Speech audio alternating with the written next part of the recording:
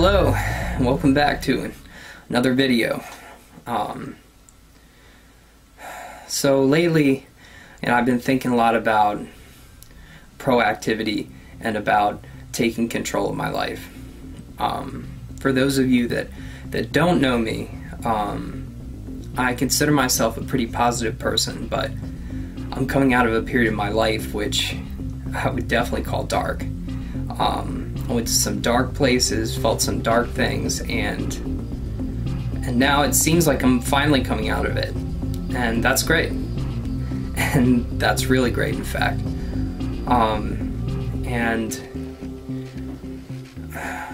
coming out of it, I mean, it was a lot from the support of the people around me. That was really important, but what was also really important was being proactive in that I wanted to feel good again, and that was my goal. And in getting out of depression, I started to see that being proactive in how you approach everything, and I'll go more into what that means in a minute, I found that taking a proactive approach to life has led to less feeling like I'm totally not in control, like things are just happening to me, like I'm worried about the future, regretting my past, and just fixated on the wrong things. That's feeling powerless. I've felt that way for most of my life, and it sucks. And ultimately, I think one way or another, that was one of the factors that led to that depression I found myself in. But I started finding my way out when I started being responsible about the way I felt. And what that meant for me was understanding that in every situation, I play a role. Being responsible for me means understanding that whenever I'm interacting, even when I'm by myself, I'm there. I'm affecting things. I change things. And I try not to get too hung up on, for better or for worse, because to the limit of my understanding, there's no way that I can understand that. Whether what I do is right or wrong, I try to trust my gut and try not to hurt people. Try to do what I think is the best thing, the thing that feels good. And proactivity is a way of being. It's a way of living moment to moment. And it's a way of making choices instead of having choices being made for you. And happiness is a choice. It is. No matter what you've been told, no matter what anyone has ever taught you, sustained, real happiness is a choice.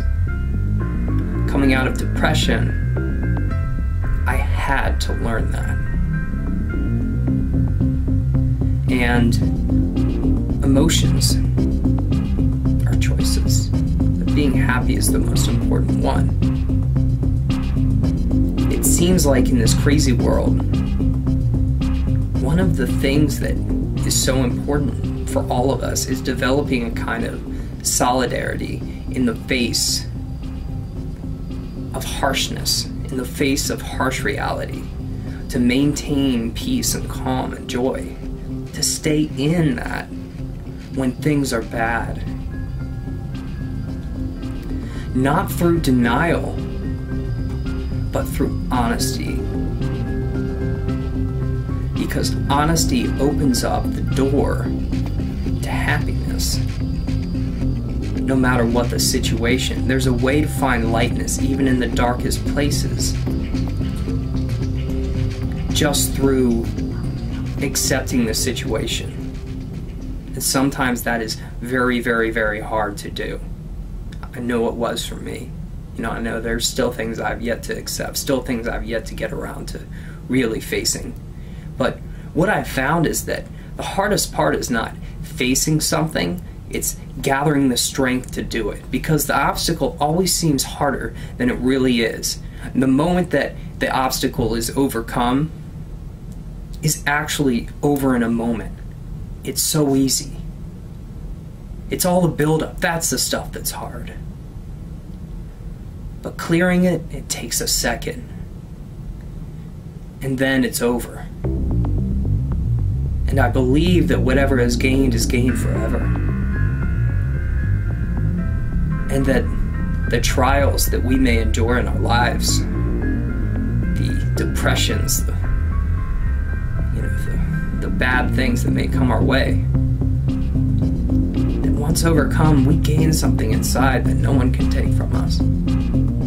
A kind of solidarity, a kind of strength, a kind of inner strength that doesn't fluctuate with the circumstances, that doesn't change with the weather, that stays, that remains.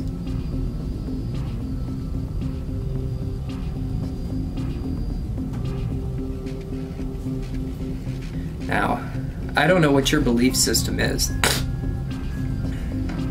Frankly, I don't really know what mine is. But I do believe in feelings. I know that for sure.